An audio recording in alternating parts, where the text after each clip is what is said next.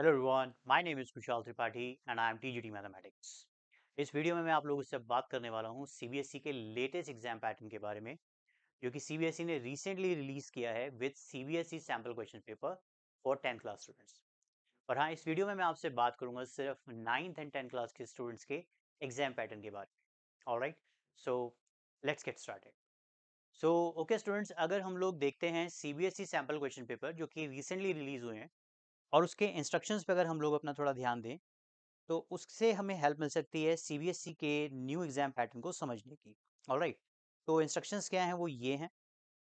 जैसे कि अगर आप पहला पॉइंट देखें या इन पॉइंट्स को समझें अच्छे से, तो आप देख सकते हैं कि इस बार आपके टोटल 5 सेक्शंस आने वाले हैं। जो फर्स्ट पॉइंट है, आपके 5 सेक्शंस आने वाले हैं। Section A, section B, section C, section D and section E. Alright, वहीं अगर हम लोग बात करें सेक्शन ए की, तो सेक्शन ए में आप देख सकते हैं टोटल 20 एमसीक्यूज आपके पास आएंगे। तो जो इसकी वेटेज होगी वो कितनी होगी? It is 20 marks.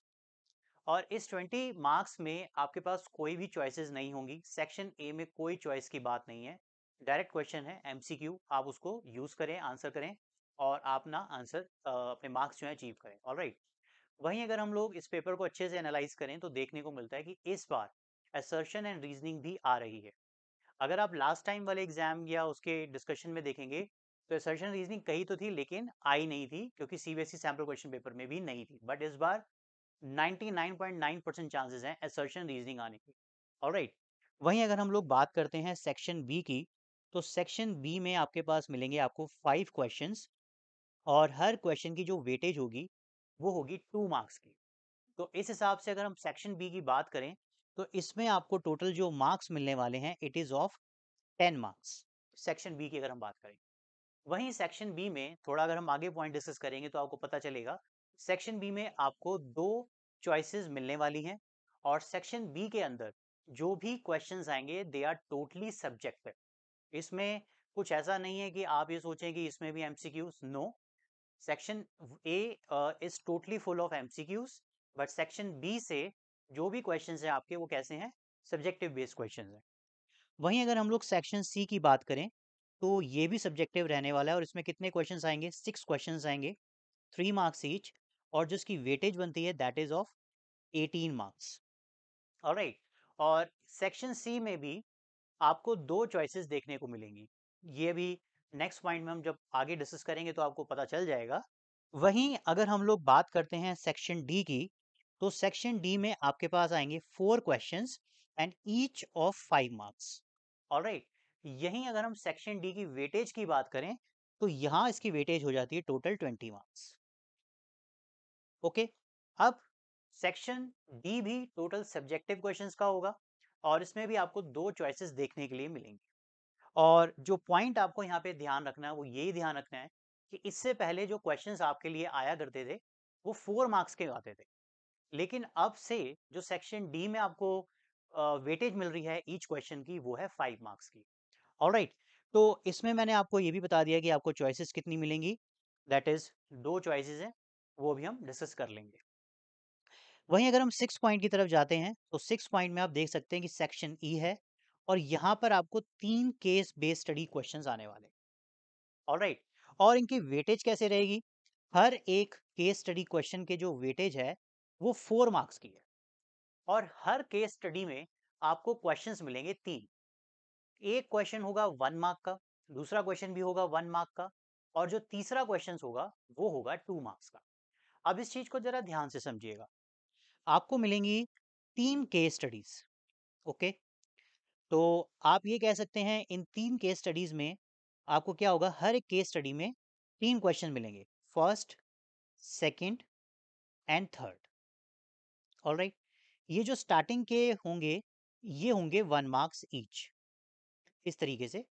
और ये जो थर्ड वाला होगा ये होगा 2 मार्क्स का।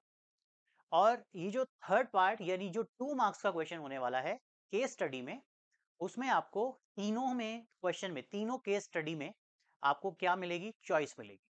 तो आई होप ये आपको पॉइंट क्लियर है। अगर नहीं है तो मैं एक बार फिर से एक्सप्लेन करता हूँ।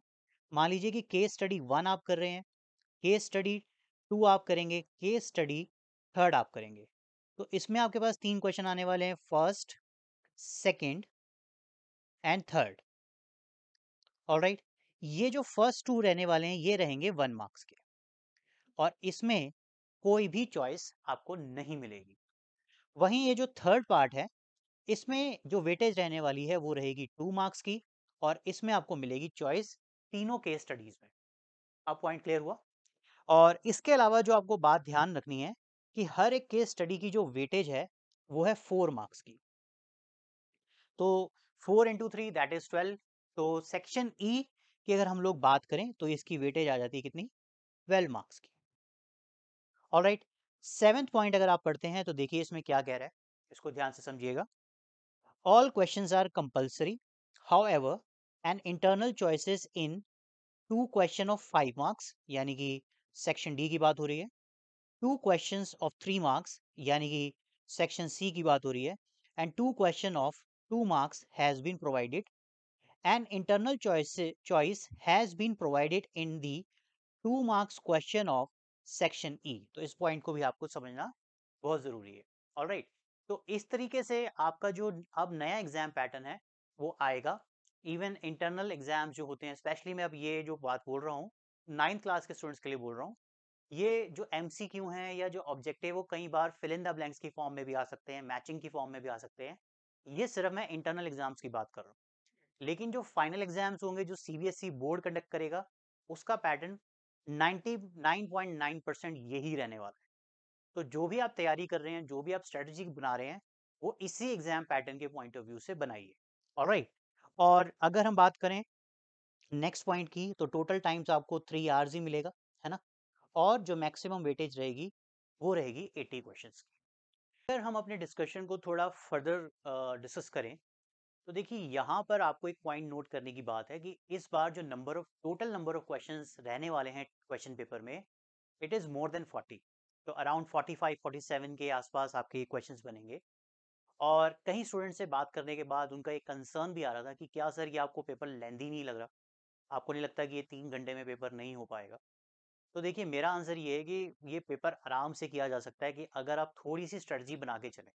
राइट, सेक्शन ए की अगर हम बात करते हैं जिसमें 20 एमसीक्यूज आ रहे हैं, उसमें क्या होता है कि स्टूडेंट्स को अगर बेसिक नॉलेज ना हो, या वो जो कॉन्सेप्ट्स को कवर करते हैं उनको प्रॉपरली उसकी डिस्कशन ना किया हो, तो उन्हें थोड़ा प्रॉब्लम रह सकता है, वो थोड़ा सा नुकसान उनका हो सकता है, क्योंकि ये एमसीक्यू है। ऑप्शन सही होगा तो मार्क्स मिलेंगे, ऑप्शन सही नहीं होगा तो ऑब्वियसली मार्क्स हम नहीं दे पाएंगे। क्योंकि अगर ये सब्जेक्टिव होता तो ऑब्वियसली कुछ ना कुछ मार्क्स स्टूडेंट्स को लगता है स्टेप्स के मार्क्स मिल जाते हैं, जो कि बात है भी, बिल्कुल सही बात है। लेकिन अगर मैं उन बच्चों की बात करूं जिन जो कि प्रॉपर बेसिक कॉन्सेप्ट्स के साथ तैयारी करते हैं, उनको प्रॉपर नॉलेज होती है, तो उनके लिए ये वाला पार्ट को प्रैक्टिस करना बहुत ही आसान रहेगा। कैसे? देखिए जब सेक्शन ए की बात आएगी तो उसमें हमें सिर्फ ऑप्शन चाहिए और एक आंसर चाहिए। तो उस टाइम पे जब आप सेक्शन ए के क्वेश्चंस को सॉल्व करेंगे, तो अगर आपने रफली बिल्कुल सजा धजा के कुछ नहीं, बस रफली भी सॉल्व कर करके देख लिया, आंसर करके निकाल दिया, हमारा काम बन जाएगा। तो उसमें 20 क्वेश्चन को करने का जो मेन स्ट्रेटजी रहनी चाहिए वो आपकी ऐसे रहे कि मैं रफली से सॉल्व करूं और फटाफट उसके आंसर्स जो है अपनी आंसर शीट पे लिखता जाऊं। ऑलराइट, वहीं अगर हम बी सी डी की बात करें, तो बी सी डी तो हमारी जो पिछले टाइम से हम जो लास्ट ईयर से अपनी प्रीवियस क्लासेस से प्रैक्टिस करते आ रहे हैं, बिल्कुल पैटर्न वैसा ही है। बट सेक्शन डी तो उल्टा और ज्यादा स्कोरिंग हो गया है। पहले क्वेश्चंस आते थे 4 मार्क्स के, अब क्वेश्चंस आ रहे हैं 5 मार्क्स के। तो ये भी आपका एडवांटेज है। वहीं अगर हम बात करते हैं सेक्शन ई की, तो section is totally based on case studies. तो केस स्टडीज के लिए कैसा रहता है कि आपको कॉन्सेप्ट जो दिया गया है, जो भी थ्योरी आपको दी जाती है पहले पढ़ने के लिए, उसको आप थोड़ा अच्छे से रीड करें, एंड देन उसको एनालाइज करें कि वो कौन से चैप्टर से है, देन उसके रिलेटेड आप क्वेश्चन उसको दे सकते हैं। ऑलराइट, बाकी ये था हमारा इस पेपर के डिस्कशन के बारे में। अगर आपके मन में कोई क्वेरी हो रिगार्डिंग द पेपर फॉर्मेट और प्रैक्टिस कैसे करें, या आपको कोई कंसल्टेंट चाहिए हो, कोई एडवाइस चाहिए हो रिगार्डिंग दिस प्रिपरेशन, तो आप कमेंट सेक्शन में मुझसे बात कर सकते हैं। इसके अलावा डिस्क्रिप्शन बॉक्स में आपको टोटल डिटेल्स मिल जाएगी मुझसे कांटेक्ट करने की, तो आप मुझसे कांटेक्ट भी कर सकते हैं regarding your math studies. Okay students, इसी के साथ चलते हैं अब हम, and thank you for watching this video. Hey guys, thank you for watching this video. I hope your doubt regarding the new exam pattern is clear now. If it's so, then please like it and share it with your friends. Moreover, if you want to follow me on my different social media handles like Instagram and Telegram, then please subscribe it and join me there also. Moreover, if you want the solution of the new CBSE sample question paper, then you may go to my next video. Till then, bye, take care, Jai.